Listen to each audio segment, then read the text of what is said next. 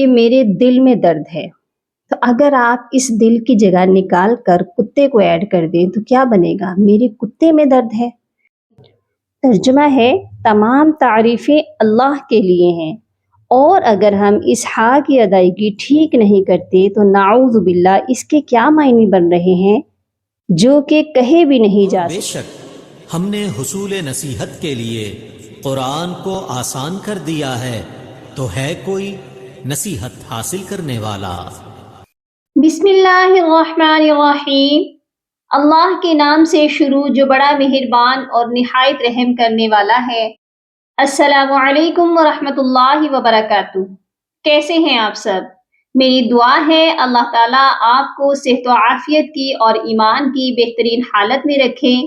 اللہ تعالیٰ آپ کے گرد گھومنے والے ہر شر کو خیر میں بدل دے، آمین یا رب العالمین۔ آج ہم یہ دیکھیں گے کہ کس طرح سے قرآنی آیات کے معنی بدل جاتے ہیں جب ہم قرآن پاک کو تجوید سے نہیں پڑھتے، مخارج کا خیال نہیں کرتے، جیسے کہ ہیوی لیٹرز کو باریک پڑھ دیتے ہیں۔ ایسی غلطیوں کو ہم نارمل سمجھ کر چھوڑ دیتے ہیں اور ان کو درست کرنے کی کوشش بھی نہیں کرتے۔ تو ایسی غلطیاں کرنے سے معنی کیا سے کیا ہو جاتے ہیں، اگزامپل کے ساتھ آپ کو سمجھاتی ہوں۔ اب آپ دیکھیے، یہ لفظ ہے قلب۔ قلب کا مطلب کیا ہے؟ دل۔ اور اگر ہم اس کو موٹا نہیں کریں گے، ہیوی نہیں پڑھیں گے، یعنی اگر ہم اس کو پڑھیں گے کلب، تو اس کا مطلب بنے گا کتا، جو کہ ایک جانور ہے۔ ہم نے صرف اس قاف کو لائٹ یعنی باریک پڑھا ہے، اور معنی آپ دیکھ لیجئے کہ کتنا چینج ہو گیا۔ اگر ہم اس کو اپنی مثال سے سمجھتے ہیں، میں بھی آپ کو جلدی سمجھ آ جائے۔ اگر دیکھیں ہم اس کو ایک سینٹینس میں یوز کریں کہ میرے دل میں درد ہے، تو اگر آپ اس دل کی جگہ نکال کر کتے کو ایڈ کر دیں تو کیا بنے گا؟ میرے کتے میں درد ہے۔ سورۃ النحل کی آیت نمبر 106 میں ہے وَقَلْبُهُ مُطْمَئِنٌ بِالْإِيمَانِ۔ ترجمہ کیا ہے؟ اس کا دل ایمان پر مطمئن ہے۔ اور اب آپ دیکھ لیجئے کہ اگر ہم قلبہ باریک پڑھ دیں تو کیا بنے گا؟ معنی آپ خود سمجھ سکتے ہیں۔ اتنے عجیب سے اس کے معنی بن رہے ہیں، نعوذ باللہ، جو کہ کہے بھی نہیں جا رہے۔ اسی طرح اگر ہم اس قاف کو ایک اور ورڈ میں یوز کریں، ایک اور مثال سے سمجھیں، ایک ورڈ ہے قدرہ۔ قدرہ کا مطلب ہے تقدیر یعنی قسمت، اور اگر ہم اس کو باریک پڑھیں گے قدرہ، صرف موٹا نہیں کریں گے، تو کیا معنی بنیں گے؟ خراب حالت، گندگی۔ اس ورڈ کو بھی ایک آیت کی مثال سے سمجھتے ہیں۔ سورۃ القمر کی آیت نمبر 49 ہے إِنَّا كُلَّ شَيْءٍ خَلَقْنَاهُ بِقَدَرٍ۔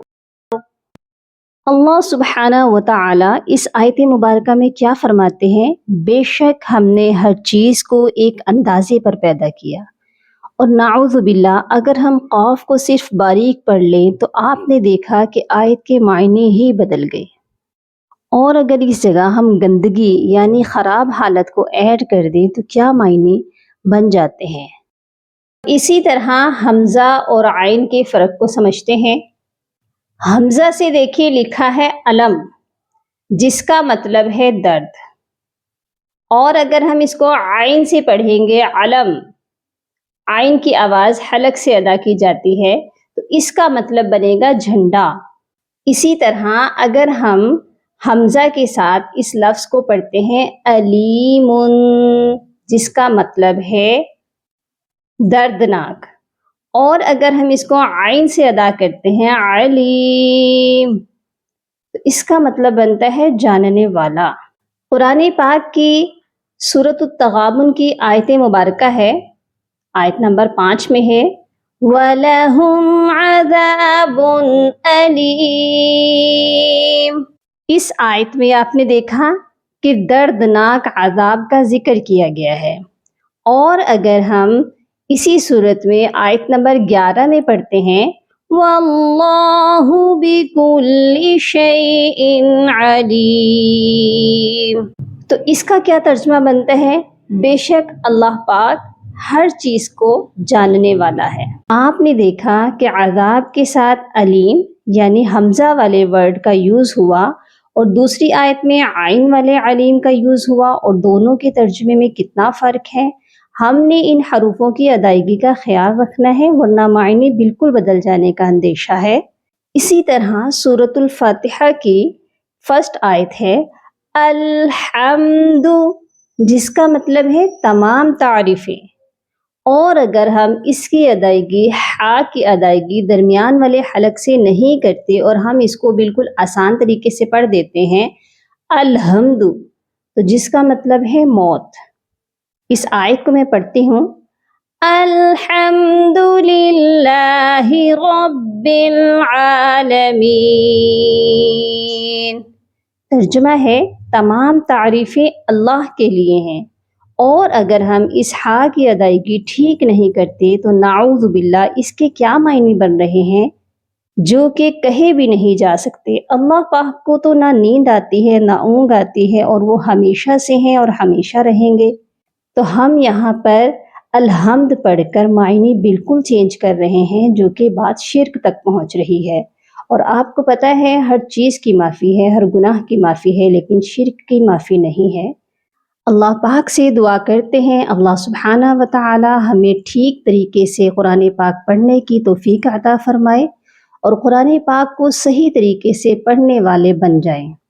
اور جب ہم غلط طریقے سے پڑھتے ہیں تو کیسے معنی بدل دیتے ہیں۔ دیکھیے نا، جب ہم قرآن پاک کو نماز میں بھی پڑھتے ہیں، دعا میں بھی سے ہم غلط طریقے سے پڑھیں گے تو ہماری نماز کا، ہماری دعا کا معنی ہی بدل جائے گا۔ اللہ پاک ہم سب کے لیے آسانیاں فرمائے، آمین ثم آمین۔ اپنی دعاؤں میں یاد رکھیے گا، اپنا بہت سارا خیال رکھیے گا۔ فی امان اللہ۔